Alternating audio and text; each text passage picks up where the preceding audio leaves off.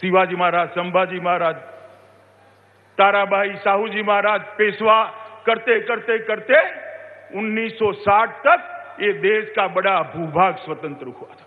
अफगानिस्तान से लेकर कर्नाटक तक और गुजरात से लेकर ओडिशा तक एक बहुत बड़ा स्वतंत्र हिस्सा यहां पर बढ़ा था। उसके बाद पानीपत की तीसरी लड़ाई हुई। पानीपत की तीसरी लड़ाई में अब्दाली और सदाशिव भाऊ के बीच में लड़ाई हुई।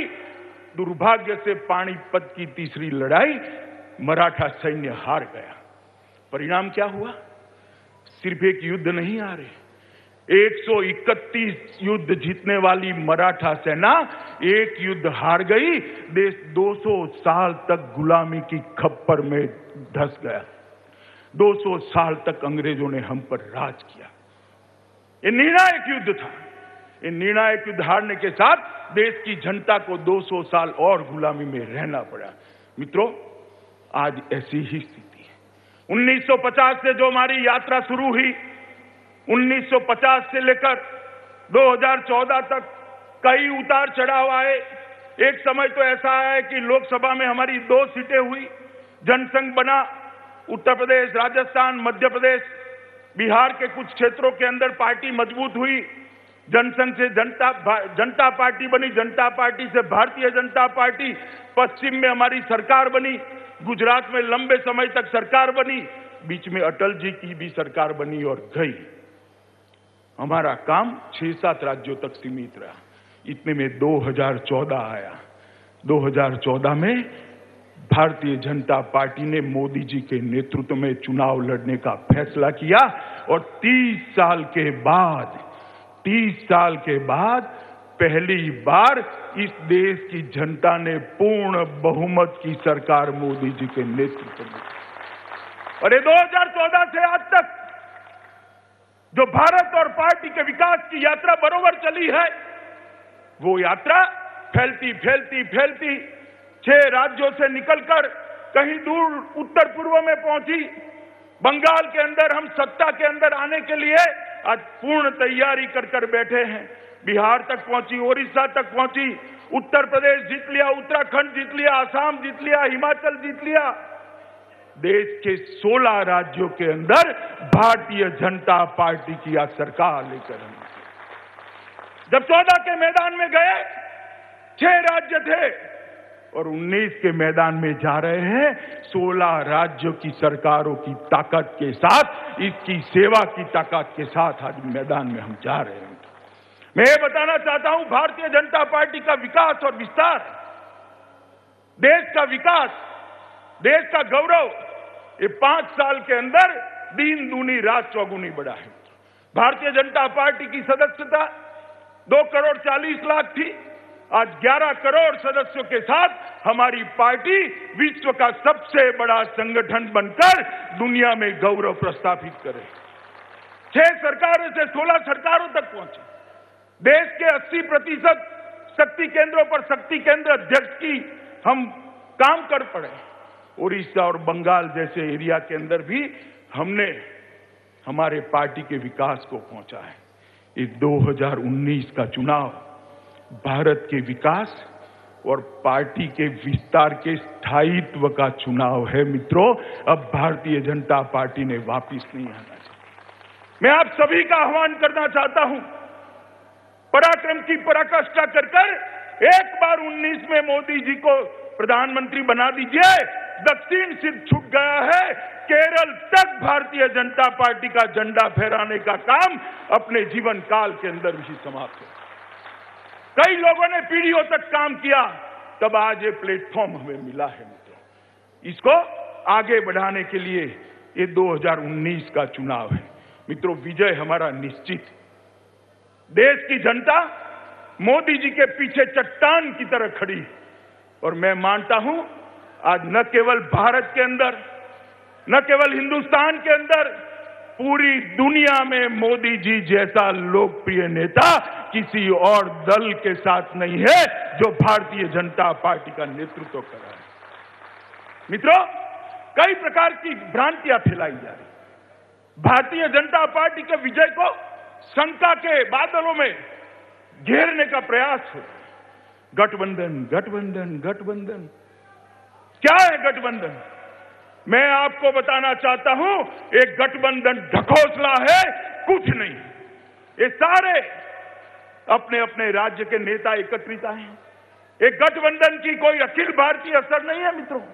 और ये सारे नेताओं को 2014 के चुनाव में आपने पराक्रम कर चुनाव के मैदान में हराया है। आज फिर से एक बार हराने का समय। 1+1 नहीं होता। राजनीति फिजिक्स नहीं है, राजनीति केमिस्ट्री होती है। कई बार 2 पदार्थ इकट्ठा होते हैं तो तीसरा ही पदार्थ बनकर बाहर आ जाता है। एक गठबंधन करने वालों को मालूम नहीं। यूपी में भी सपा और कांग्रेस ने गठबंधन करा था, ऐसा ही माहौल था। हम अपने रास्ते पर अकेले गए, दृढ़ता के साथ गए, मोदी जी के नेतृत्व में गए। उत्तर प्रदेश के अंदर 325 सीट का प्रचंड विजय यही भारतीय जनता पार्टी के कार्यकर्ता हैं। और यही यूपी के लिए, वही यूपी के लिए आज कह रहे हैं कि बुआ भतीजा इकट्ठा होंगे तो क्या होगा। मित्रों, मैं आपको बताना चाहता हूं, बैठ जाइए भैया, बैठ जाइए। मैं आपको बताना चाहता हूं, मैं यूपी के संगठन से और यूपी की सरकार में बैठे हुए कार्यकर्ता से लगातार संपर्क में हूं। यूपी का भारतीय जनता पार्टी का यूनिट 50% की लड़ाई लड़ने के लिए तैयार है। यूपी में 73 से 74 होगी, 72 होने की संभावना नहीं है। ये मूड के साथ देश का हर कार्यकर्ता उत्तर प्रदेश के साथ खड़ा है। उत्तर प्रदेश की विजय एक लंबे समय तक देश की राजनीति का निर्धारण करने वाली है और वो लड़ाई लड़ने के लिए हम तैयार खड़े हैं। मित्रों, जब हम कहते हैं कि विजय का हमें विश्वास है तो उसका आधार भी है। बीजेपी वर्सेस ऑल हुआ है। क्यों हुआ है? एक दूसरे का मुंह न देखने वाले, एक दूसरे के साथ एक सोफे पर न बैठने वाले आज हाथ मिला मिलाकर उठाकर क्यों घूम रहे? क्योंकि उनको मालूम है कि अकेले मोदी जी को हराना असंभव है, इसलिए वो इकट्ठा हुए। बाकी सारे लोग जो देखे वो, मैं पार्टी के कार्यकर्ताओं को आह्वान करता हूं, ये हमारी शक्ति की, ये हमारी ताकत की स्वीकृति है, मोदी जी के ताकत की स्वीकृति। एक जमाना था कांग्रेस वर्सेस ऑल हुआ करता था और आज हमारे लिए गौरव की बात है कि नरेंद्र मोदी वर्सेस ऑल हुआ है। भारत की राजनीति का ध्रुव, उसका न्यूक्लियस भारतीय जनता पार्टी का एक नेता अपने परिश्रम के और अपने चरित्र के आधार पर बनकर बैठा है। मित्रों, जब मैं आपको कहता हूं, खुला अधिवेशन है, देशवासियों के सामने कहता हूं कि भारतीय जनता पार्टी जीतेगी, पूर्ण बहुमत की सरकार बनाएंगे, एनडीए के साथियों के साथ सरकार बनाएंगे, तो उसका आधार है। क्या मिला था 2014 में? क्या मिला था? ये अभी जो गठबंधन का नाम लेकर निकले हैं, एक ही परिवार ने, एक ही पार्टी ने 55 साल तक देश पर शासन किया।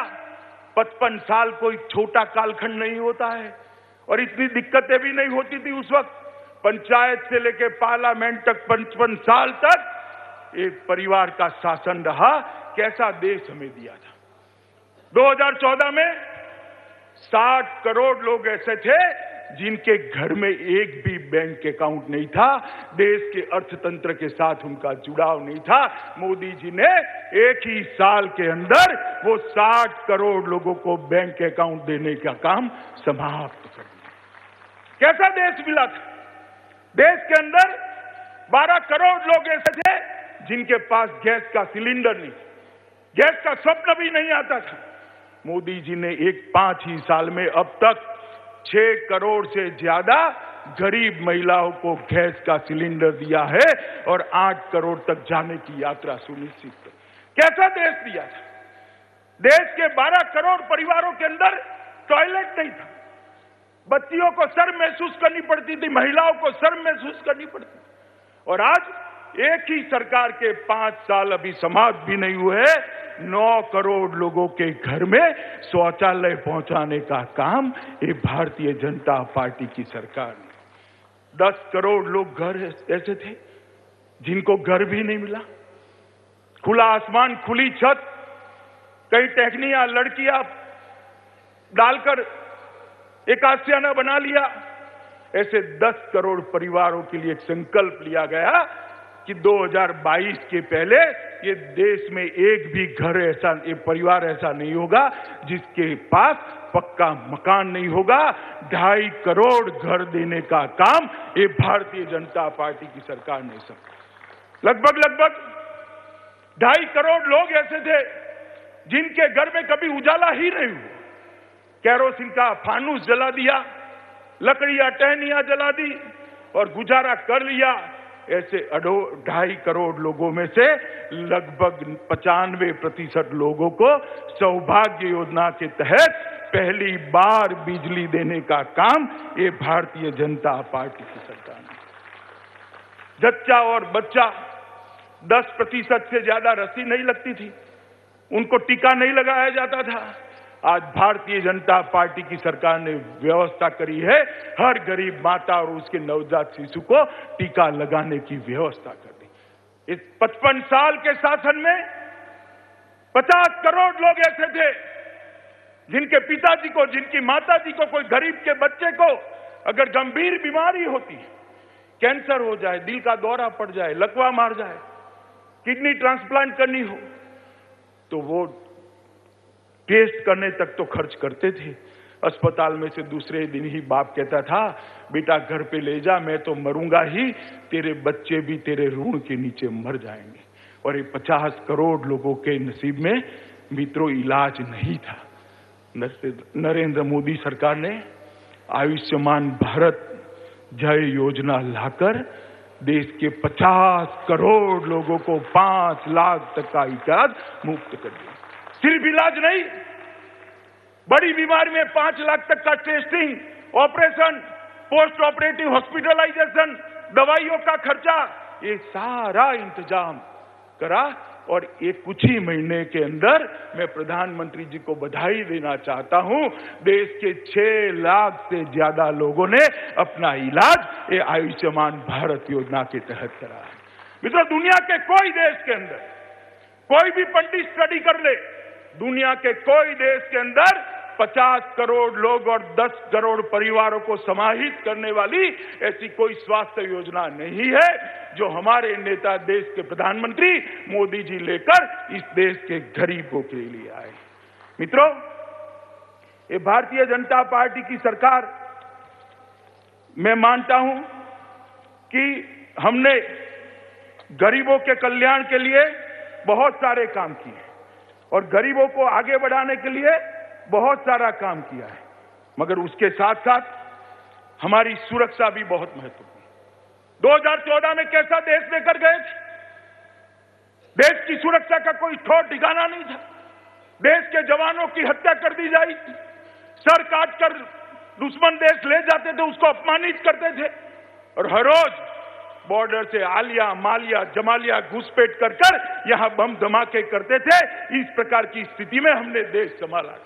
इस प्रकार की स्थिति में नरेंद्र मोदी जी प्रधानमंत्री बने थे। सबसे पहला काम हुआ, 40 साल से देश का जवान जो -46 डिग्री टेम्परेचर और +46 डिग्री टेम्परेचर में रेगिस्तान में देश की सुरक्षा करता है, उसको 1 रैंक 1 पेंशन देने का काम ये भारतीय जनता पार्टी की सरकार ने 1 रैंक 1 पेंशन देकर जो बर्फीली चोटियों पर अपनी जवानी गलाते हैं, उस जवानों के परिवार का सम्मान करने का काम भारतीय जनता पार्टी के नेता और देश के प्रधानमंत्री नरेंद्र मोदी जी के की। पहले गोलियां चलती थी, इनके पास ऑर्डर नहीं था, दिल्ली पूछना पड़ता था। सरकार बनने के बाद तुरंत ही, चाहे वो सुरक्षा बल हो या सेना, उनको ऑर्डर दे दिए गए, गोली चले तो किसी को पूछने की जरूरत नहीं है, गोली का जवाब गोले से दिया जाए और आज देश की सुरक्षा को सुनिश्चित करने का। 70 साल से देश ऐसी सरकार चाहता था जिसके लिए सुरक्षा प्राथमिकता हो, जिसके लिए सुरक्षा प्रायोरिटी हो। भारतीय जनता पार्टी की सरकार ने यही काम किया है। नक्सलवाद, आतंकवाद, माओवाद, सभी आंकड़ों में जैसे महंगाई गिरी है, ये आंकड़े भी गिरना शुरू हो गए हैं और लगभग नक्सलवाद और माओवाद का समाप्ति होने की दिशा में हम आगे बढ़ पाए। लगभग 218%, मैं आंकड़ा फिर से रिपीट करना चाहता हूं, संख्या नहीं बोल रहा हूं, 218% आतंकवादियों को मारने में वृद्धि का आंकड़ा भारतीय जनता पार्टी की नरेंद्र मोदी से। और मित्रों, उनको पुरानी आदत पड़ी थी, मौनी बाबा की सरकार की आदत पड़ी थी, कांग्रेस की सरकार की आदत पड़ी थी, सोनिया मनमोहन की सरकार की आदत पड़ी थी। उरी में उन्होंने एक कांड कर दिया, 12 जवानों को जिंदा जला दिया। बड़े सवेरे तड़के वो सोते थे, उनको लड़ने का मौका भी नहीं। पूरे देश के अंदर हताशा, निराशा, गुस्सा, क्या होगा, अब मोदी जी भी क्या कर सकते हैं, हम सब भी सकते में पड़े थे। मगर मित्रों, इस बार मनमोहन सिंह की सरकार नहीं थी, नरेंद्र मोदी जी की सरकार थी। इस बार कांग्रेस की सरकार नहीं थी, भारतीय जनता पार्टी की सरकार थी। 10वें ही दिन मोदी जी ने सेना के रणबांकुरों को हुक्म दिया, हमारे रणबांकुर एक पाकिस्तान के घर में घुसकर सर्जिकल स्ट्राइक कर अपने जवानों की हत्या का बदला लेकर वापिस आ गए। कुछ नेताओं को मालूम नहीं पड़ता है ये क्या हुआ है। मैं आज आपके माध्यम से पूरे देश को बताना चाहता हूं क्या हुआ है। पूरी दुनिया में 2 ही देश थे जो अपने सेना के जवानों के मृत्यु का बदला देते थे, अमेरिका और इजराइल। इस सर्जिकल स्ट्राइक समाप्त कर जिस क्षण हमारे जवान भारत माता की जयकारे के नारे के साथ वापिस आए, वो 2 देशों की सूची में मेरे और आपके देश महान भारत का नाम मोदी जी ने जोड़ने का काम किया। भारत को देखने का, दुनिया का नजरिया बदलने का काम भारतीय जनता पार्टी की मोदी सरकार ने किया है। और मित्रों, घुसपैठ के खिलाफ हम कब के लड़ते हैं, क्योंकि घुसपैठ देश की सुरक्षा के साथ जुड़े, घुसपैठ देश के संसाधनों के बंटवारे के साथ जुड़ा है, घुसपैठ गरीबी उन्मूलन के साथ जुड़ा है। इसके खिलाफ भारतीय जनता पार्टी के कार्यकर्ताओं ने कई प्रस्ताव किए, कई प्रदर्शन किए, बड़ी बड़ी रैलियां करी, मगर कांग्रेस की सरकारों के माथे पर जू नहीं रखती थी। मोदी जी की सरकार बनी, विजय यात्रा आसाम में पहुंची, आसाम में सर्बानंद सोनोवाल की सरकार बनी और सर्बानंद सोनोवाल की सरकार बनते ही हमने एनआरसी की शुरुआत करी। मित्रों, क्या है एनआरसी? देश में जो घुसपैठिए हैं उनको चिन्हित करने की व्यवस्था है और देश के नागरिक का सम्मान करने की व्यवस्था है। अकेले आसाम के अंदर 40 लाख प्रथम दृष्टिया घुसपैठिए चिन्हित किए गए। मुझे तो बहुत अच्छा लगा उस दिन जब अखबार में आंकड़ा आया। मैं अभिनंदन करने के भाव के साथ राज्यसभा में पहुंचा। पूरी राहुल बाबा एंड कंपनी पूरी की पूरी हाय तौबा मचा रही थी। पूरी कांग्रेस, सपा, बसपा, डीएमके, तृणमूल कांग्रेस, सारे के सारे मार डाला। ये कहां जाएंगे, कहां रहेंगे, क्या खाएंगे, क्या पिएंगे, जैसे उनके मौसेरे भाई लगते हो, इस प्रकार का माहौल। मैं आज पूछना चाहता हूं राहुल बाबा एंड कंपनी के, आप अपना पक्ष स्पष्ट करिए देश की जनता के सामने। इस देश में घुसपैठिए रहे, इसके साथ आपका गठबंधन सहमत है या नहीं है, वो देश की जनता के सामने स्पष्ट कर दीजिए। एक घुसपैठिए देश को दीमक की तरह चाट जाते हैं, देश की सुरक्षा के साथ खिलवाड़ करते हैं। जब वो घुसकर बम धमाके करते हैं, हमारे नागरिक मरते हैं, उनकी ह्यूमन राइट की गठबंधन के नेताओं को चिंता नहीं है, उनको उसमें वोट बैंक नजर आती है, वोट बैंक। मैं आपको बताना चाहता हूं, भारतीय जनता पार्टी के कार्यकर्ताओं के माध्यम से देश की जनता को बताना चाहता हूं, ये हमारे लिए वोट बैंक का मुद्दा नहीं है, देश की सुरक्षा का मुद्दा है। ये भारतीय जनता पार्टी का संकल्प है कि हम देश भर से घुसपैठियों को चुन चुन कर निकालने के लिए व्यवस्था करने जा रहे हैं। ये देश ऐसे नहीं चल सकता। देश की सुरक्षा के साथ चुनाव जीतने के लिए खिलवाड़ नहीं हो सकता। मित्रों, देश की सुरक्षा को सुनिश्चित करने का काम भारतीय जनता पार्टी की नरेंद्र मोदी सरकार ने किया है। और लंबे समय के बाद देश का युवा जो चाहता था मेरी सुरक्षाओं की प्रबंधन, मेरी सीमाओं का प्रबंधन, मेरी सीमा की सुरक्षा का प्रबंधन कैसा हो, इसका एक आदर्श मॉडल मोदी जी के नेतृत्व में आज दुनिया देख रही है। मित्रों, देश की सुरक्षा को भी सुनिश्चित किया, गरीबों को आगे बढ़ाया और उसके साथ साथ हमने भारत के गौरव को भी बढ़ाने का काम किया है। एक 5 साल के अंदर भारत का गौरव आज आसमान को छू रहा है। जिस किसी के पास भी देश में पासपोर्ट है, एक बार विदेश चला जाए, इंडियन पासपोर्ट की वैल्यू विदेश में क्या हुई है वो आपको तुरंत मालूम पड़ जाएगी, तुरंत मालूम पड़ जाएगी। मित्रों, कई साल से मैं बचपन से देख रहा था, किशोर अवस्था से देख रहा था, दावोस परिषद जब होती थी, भारत के प्रधानमंत्री जाते थे, किस प्रकार से फोटो आती, किसी के साथ हाथ मिलाता हुआ, किसी के पास साथ टोस्ट खाता हुआ, किसी प्रथम पंक्ति में बैठा हुआ। इस बार 4 साल के बाद देश के प्रधानमंत्री नरेंद्र मोदी जी जब दावोस परिषद के अंदर गए, अमेरिका के राष्ट्राध्यक्ष होने के बावजूद दावोस परिषद का उद्घाटन का सम्मान भारत के प्रधानमंत्री नरेंद्र मोदी जी को। और मेरा आप सबसे आग्रह है कि आप वो भाषण जरूर सुनिए। देश की राष्ट्रभाषा को दुनिया के आर्थिक जगत के पंडितों के सामने सम्मान दिलाने का काम नरेंद्र मोदी जी ने कहा है, वहां हिंदी में भाषण किया है। और अपने आप को किस तरह से प्रस्तुत किया जाता है वो दुनिया की डिप्लोमेसी में सीखने जैसा भाषण था। किसी को तनिक भी नीचा दिखाए बगैर अपने आप का महिमा मंडन, अपने आप का गौरव कैसे बढ़ाया जा सकता है, वो अगर सीखना है तो हमें वो भाषण देखना पड़ेगा।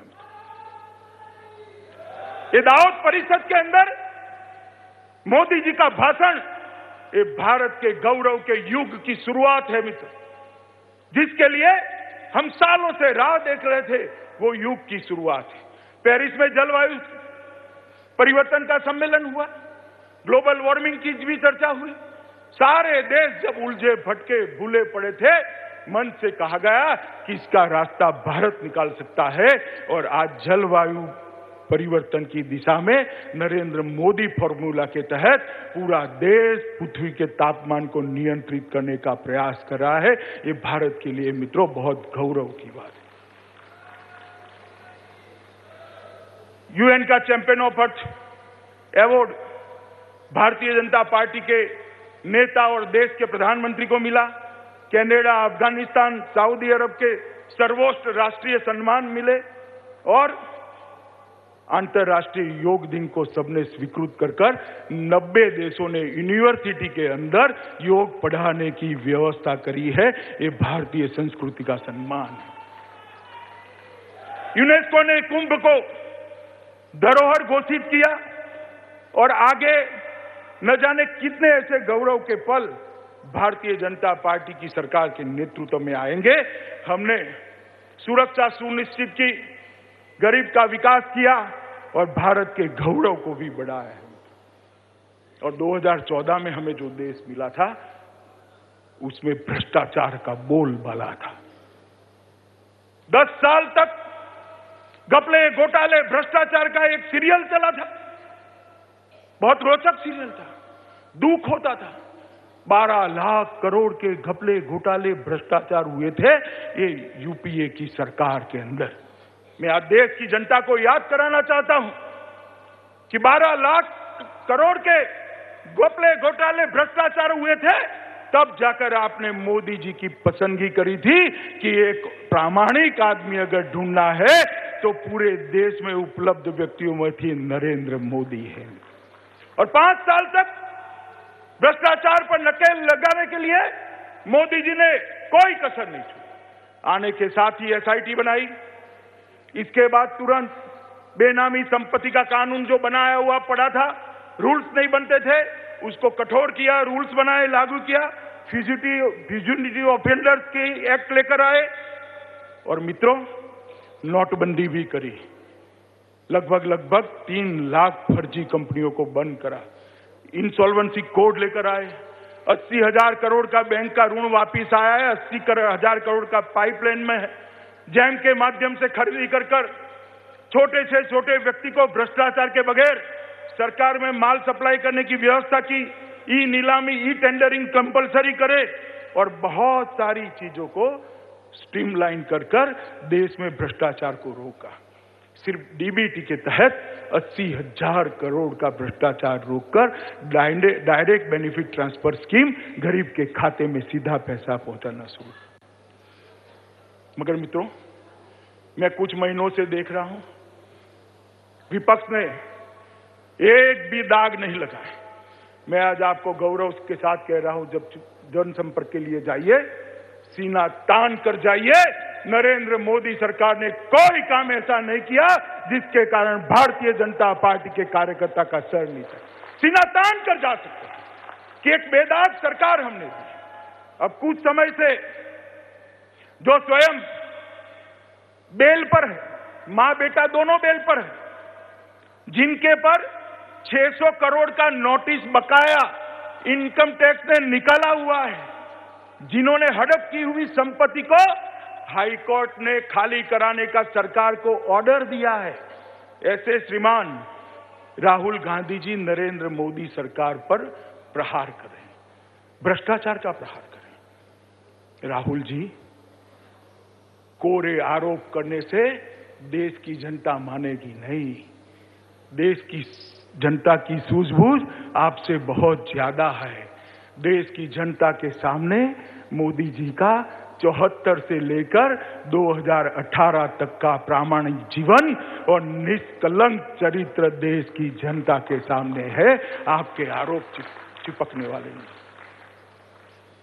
हम भी आरोप करते थे, विपक्ष में थे तो अरुण जी, सुषमा जी ने बख्शिया उखेड़ दी थी लोग पार्लियामेंट के अंदर, मगर इसके आधार हुआ था।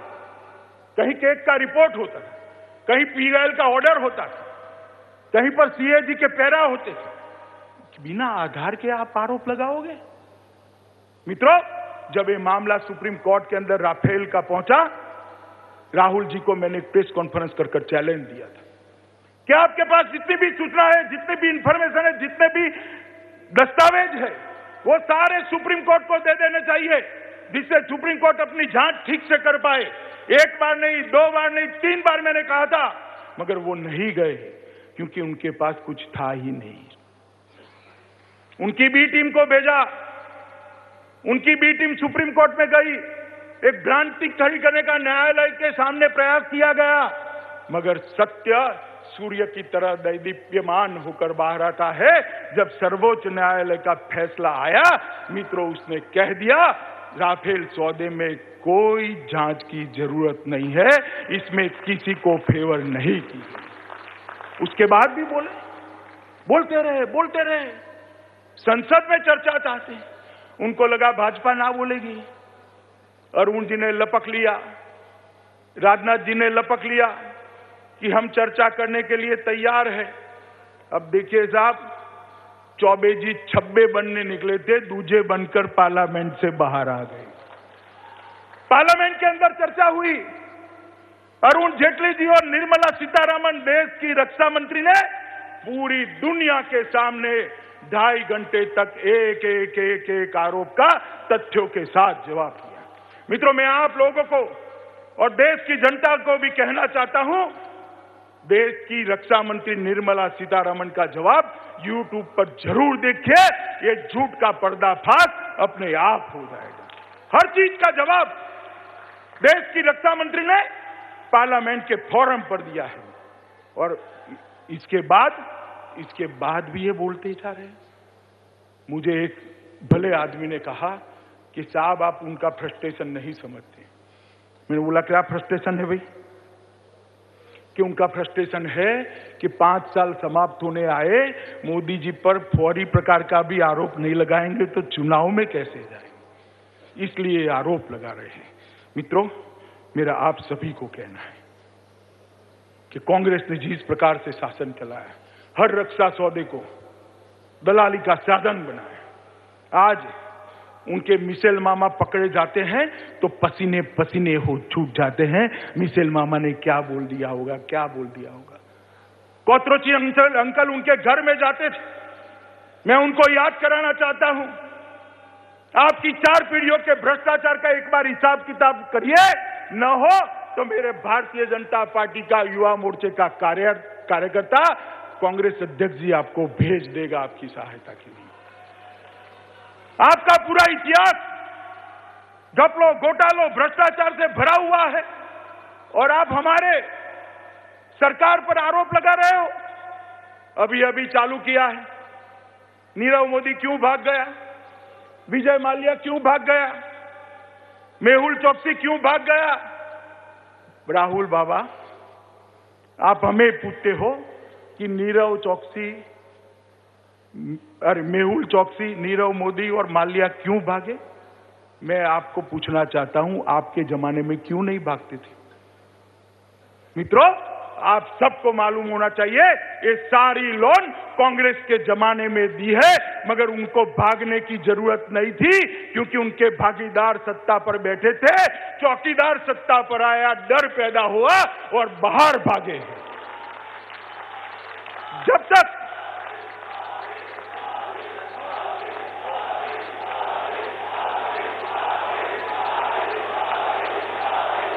मित्रों, देश की जनता भी आपकी तरह मोदी मोदी मोदी कर रही है। यही सफलता है हमारी 5 साल की सरकार की। मित्रों, ये सारे लोग जो भागे हैं,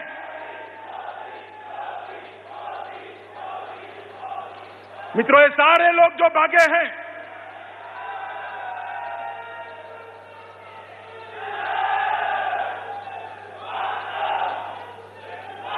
मित्रों ये सारे लोग जो भागे हैं, मैं भारतीय जनता पार्टी के करोड़ों कार्यकर्ता और देश के 100 करोड़ मतदाताओं को आश्वस्त करने आया हूं, ये भारतीय जनता पार्टी की सरकार है। हमारी सरकार में किसी की भागीदारी नहीं है। चौकीदार सब चोरों को पकड़कर लाएगा, समय का ही बस अब सवाल है। हमने कानून ऐसे बनाए हैं, हमने कानून ऐसे बनाए वो भाग ही नहीं सकते, और भाग सकेंगे, भाग भी गए तो जितना पैसा देश का खा गए हैं वो उल्टी कर कर वापिस देश में डालना पड़ेगा। इस प्रकार के कानून भारतीय जनता पार्टी के नेता नरेंद्र मोदी जी ने लगाए। मित्रों,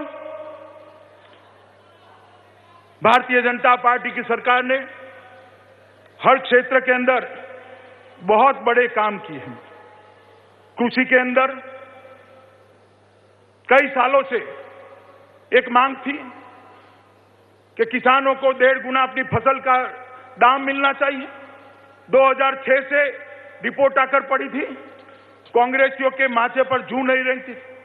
नरेंद्र मोदी सरकार ने एक फैसला किया, रबी और खरीफ दोनों फसलों को अपनी लागत से 1.5 गुना समर्थन मूल्य देने का फैसला ये भारतीय जनता पार्टी की सरकार फैसला करे हुए 6 महीना हुआ है। दुनिया को मालूम है और सवाल उठाए जा रहे हैं, ये छूट गया, वो छूट गया। मैं राहुल बाबा एंड कंपनी को चैलेंज देना चाहता हूं, शरद पवार जी को भी चैलेंज देना चाहता हूं। आपके समय में आपकी सरकारों ने खरीदा हुआ किसान का उपज, उसका मूल्य, इसके किलोग्राम में संख्या किसी भी पैरामीटर से नरेंद्र मोदी सरकार के साथ तुलना करो, 8 गुना ज्यादा खरीदी ये भारतीय जनता पार्टी की सरकार ने। आप कभी जिस क्रॉप के बारे में सोचते नहीं थे, बाजरा हो, मक्का हो, दलहन हो, तिलहन हो, रागी हो, इस प्रकार के क्रॉप के बारे में सोचा नहीं था। इसको भी 1.5 गुना भाव समर्थन मूल्य देने का निर्णय भारतीय जनता पार्टी की सरकार ने। मगर मित्रों, 17-18 क्रॉप गेहूं और धान में कहीं फरियाद नहीं। गुजरात, महाराष्ट्र जैसे राज्यों ने और भी शुरुआत करी है। मध्य प्रदेश में हमारी सरकार थी, हमने भी शुरुआत करी। मगर कुछ क्रॉप ऐसे हैं जिनकी खरीदी की व्यवस्था, भंडारण की व्यवस्था, क्रय की व्यवस्था, विक्रय की व्यवस्था, ये सारी व्यवस्था करने में 1 आध साल जाता है। और आप हमें सवाल पूछ रहे हो? आपने तो भाव भी नहीं दिए थे, आपने तो दाम भी नहीं बढ़ाए थे। हमने दाम भी बढ़ाए, खरीदी भी करी, और जो छूट गया है वो मोदी जी चुनकर आने के बाद फिर से समाप्त करने वाले हैं देश के किसानों की। मित्रों, चाहे कृषि हो, एक प्रस्ताव आने वाला है, मैं ज्यादा विगत में नहीं बोलूंगा। चाहे पिछड़ा समाज हो, चाहे दलित समाज हो, आदिवासी हो, अगड़ा हो, युवा हो, महिला हो, ये सारी जगह भारतीय जनता पार्टी की सरकार ने इनके भले के लिए, इनके विकास के लिए तेज गतिविधियां करी है। चाहे गांव हो, चाहे शहर हो, चाहे इंफ्रास्ट्रक्चर हो, चाहे एग्रीकल्चर हो, चाहे एविएशन हो, चाहे रोड ट्रांसपोर्ट, चाहे नदी के अंदर जलमार्ग बनाना हो, चाहे दरिया के अंदर नए पोर्ट बनाने हो, हर जगह हमने विकास की एक गति बढ़ाई है।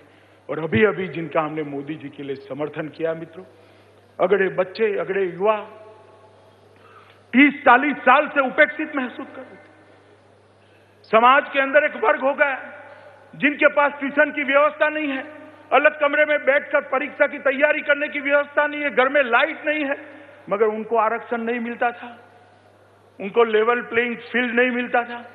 नरेंद्र मोदी सरकार ने अगड़ा समाज के युवाओं के लिए नौकरी और शिक्षा में 10% आरक्षण कर बहुत बड़ा ऐतिहासिक कदम उठाया।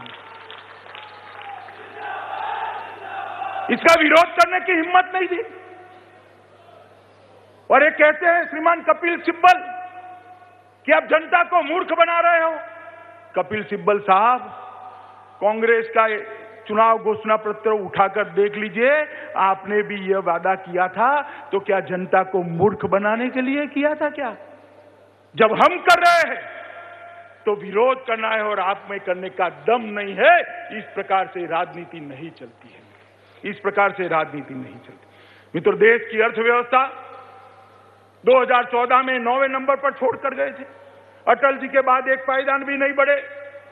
5 ही साल में 9वें नंबर पर से 6ठे नंबर पर आए हैं, और परिणाम घोषित होने के पहले 5वें नंबर पर पहुंचने की पूरी संभावनाएं हैं। ये हमारा दुनिया में अर्थतंत्र की तालिका में भारत का अर्थतंत्र 5वें 6ठे नंबर पर पहुंचे, ये हमारे लिए गौरव की बात है। दुनिया में सबसे तेजी से बढ़ने वाला अर्थतंत्र आज हम बनकर खड़े हैं। फाइनेंशियल डिसिप्लिन के सारे पैरामीटर्स 4 कॉर्नर के अंदर है। और महंगाई के लिए आनंद शर्मा जी और राहुल बाबा बोलते थे, महंगाई के लिए किसी भी चौराहा तय कर लो, बड़े आदमी को आने की जरूरत नहीं है।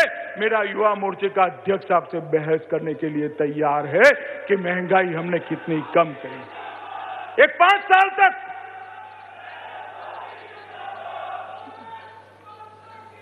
एक 5 साल तक गिने चुने मौके छोड़कर हमने महंगाई को काबू लिया है मित्रों।